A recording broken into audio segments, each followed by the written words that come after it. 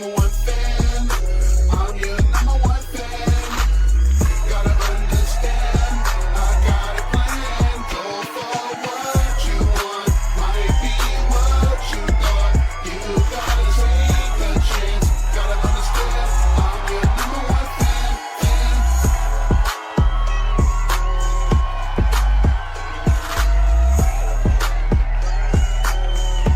Number one fan.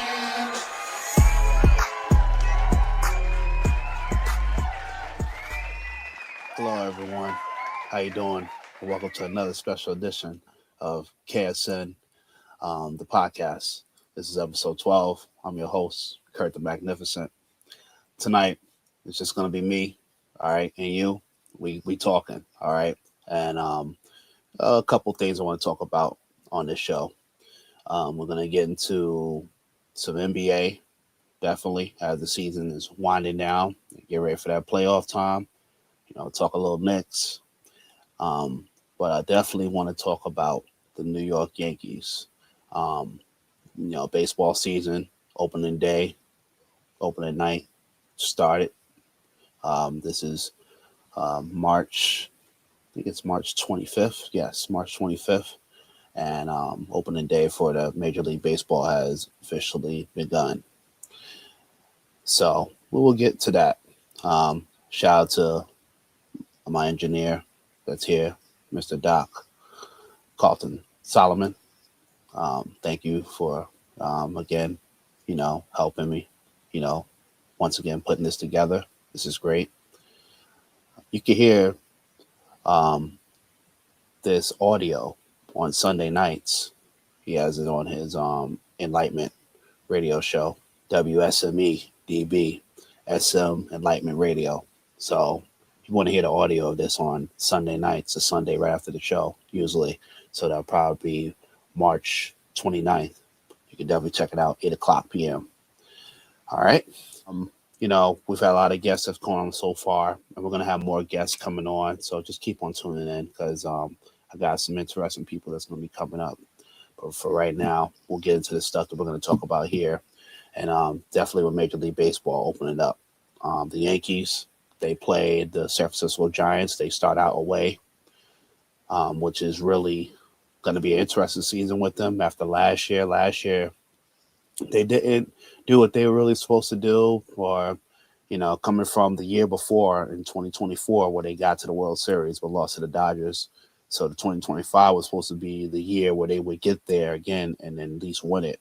But there was a little stoppage in the playoffs for them, and now they built up a roster, some of the same guys, and then they got some new guys. So obviously they still got All Rise, Aaron Judge, of course. He's still there. Trent Grisham is still around. Infielders, Jazz. If everybody knows Jazz Chisholm, Jazz is one of a kind. Paul Goldsmith, Goldie, he's definitely still there. And Ryan McMahon in the infield. So they got guys that are still returning. And you still got some pitchers like Will Warren. You still got Camilo Duvall. So you got some guys that's still going to be around and really trying to make things happen for the Yankee club this year. Austin Wells, the catcher, who had a big, strong year. Ben Rice was definitely big for them, the backup catcher last year. So hopefully this season for the Yankees should be a really, really good one for 2026. I remember the Yankees going back history-wise and me. The first time I really started watching the New York Yankees was Derek Jeter. That was that 95 season, rookie Derek Jeter. And that's when the end of Don Mattingly, if Hall of Famer Don Mattingly, people don't know. People have to know if you're a Yankee fan. You know Donnie Baseball. That was his last season, and that was his first time being in the postseason, if I remember correctly. And he had a nice career. And that was the first time you're thinking, okay, Yankees could probably get a chance to get to World Series for Don Mattingly. But they got stopped by the Seattle Mariners of Ken Griffey Jr. in that year 95 in that divisional round series. So from then I was following baseball, started watching it, really like baseball. That was like really like kind of one of my first loves before basketball. Like I like basketball too, but baseball, I was loving baseball. My family loved baseball. My grandfather was a huge, actually, he was a Met fan. My uncles were Yankee fans. So, it was good to just be around that to see, and watch baseball. Sometimes you hear it on the radio. That was might have been the best. I used to hear baseball on the radio. Shout out to, um, oh man, can't think of his last name, but I can't think of his first name, but last name Sterling. He was magnificent on the voice, especially on the radio. Sometimes he'd be on TV for the Yankees broadcast. Michael K now, who I love as well, is great on that broadcast on Yes Network. He's doing a fabulous job for the Yankees. He's still going after all these years, Michael K. So the Yankees through the '90s were like the team, the late '90s, the mid to late '90s, and they '96 after the year '95 they won in '96. They beat the Atlanta Braves, and then in '97 that was supposed to be a repeat year, and they got caught by the Cleveland Indians, which was a great baseball team. Yankees then had, like I said, Derek Jeter, Bernie Williams, Paul O'Neill, Andy Pettitte, David Cone. They had a lot of greats on that team. There was a lot of guys that could play baseball on that team.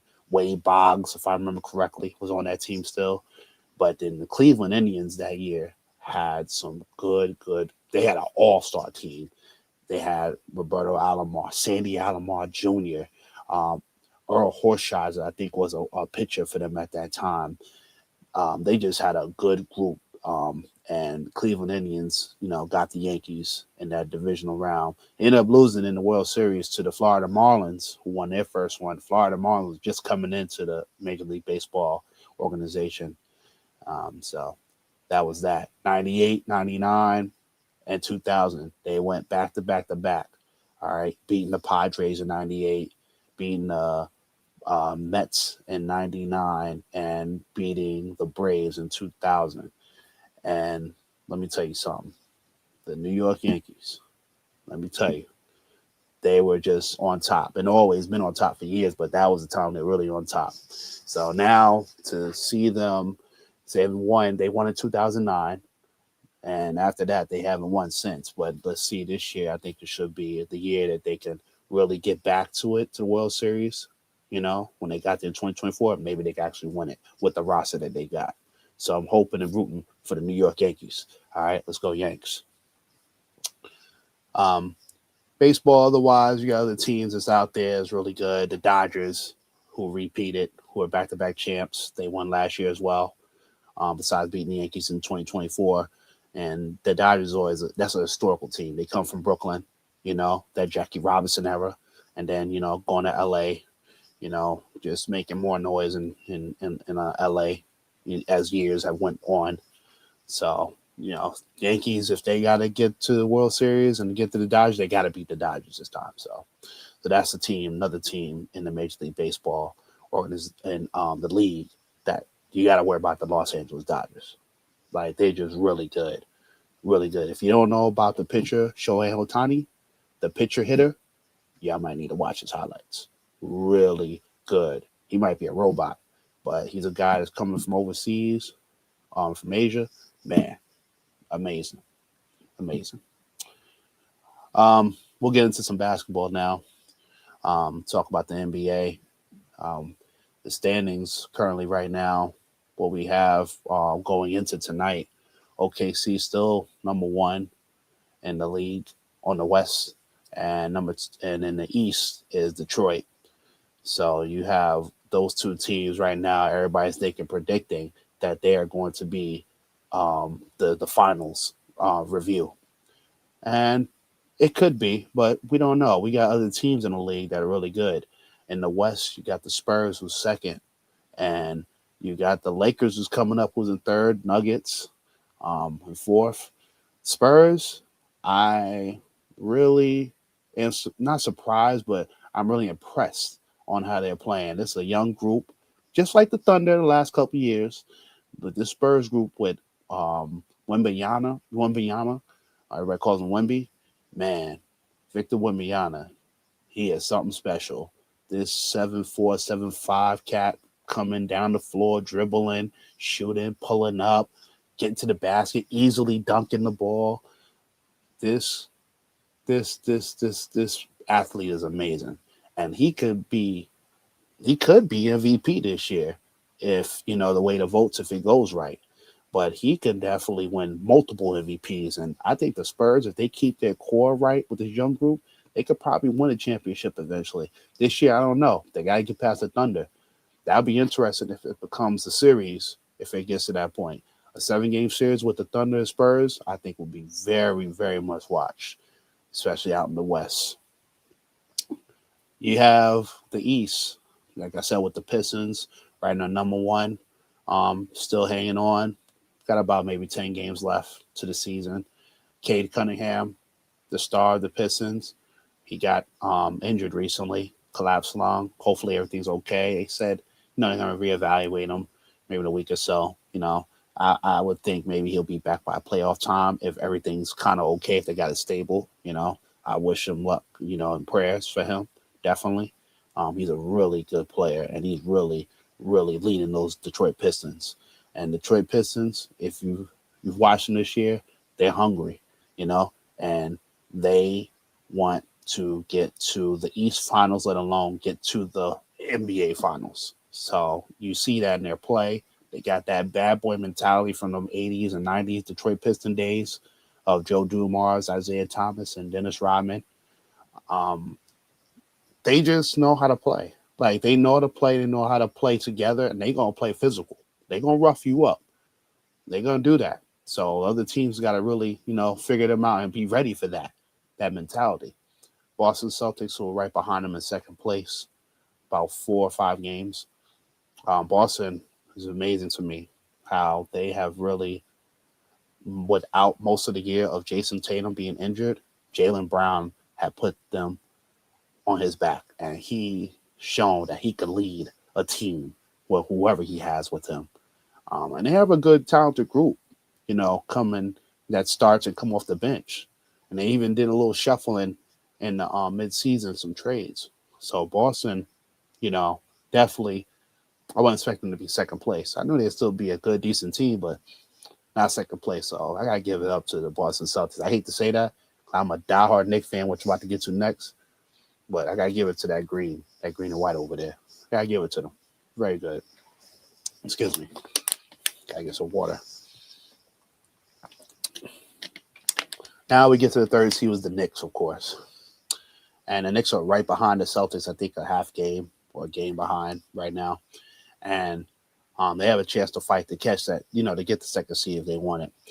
And the Knicks, they have in the last, I think they won 7 in a row right now. And the last 2 or 3 weeks, they really played some good basketball. They have.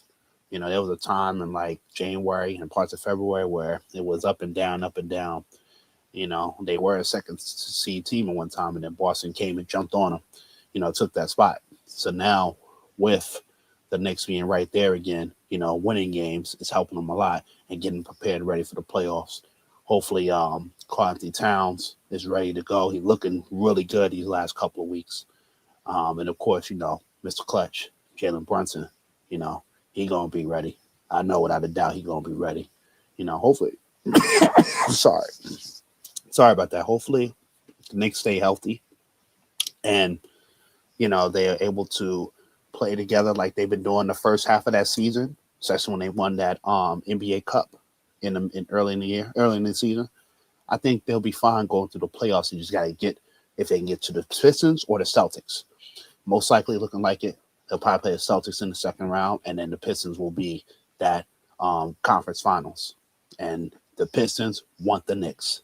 Because last year the Knicks took the Pistons out, and the Pistons want to get the Pistons want to get the Knicks back. So we're going to see how that works out, with the Knicks going through and getting ready for the playoffs. They got a tough West Coast schedule coming up in the weekend, and then even going into the following week. And then after that, just a couple more weeks left. They had to play Boston eventually, and that might be the game that decides the second place seed between the Celtics and the Knicks. The Cavs are a few games behind the Knicks in fourth place. Cleveland Cavaliers, they weren't doing too hot in the beginning. They were, back and forth. They were pretty good, okay, and with Donovan Mitchell.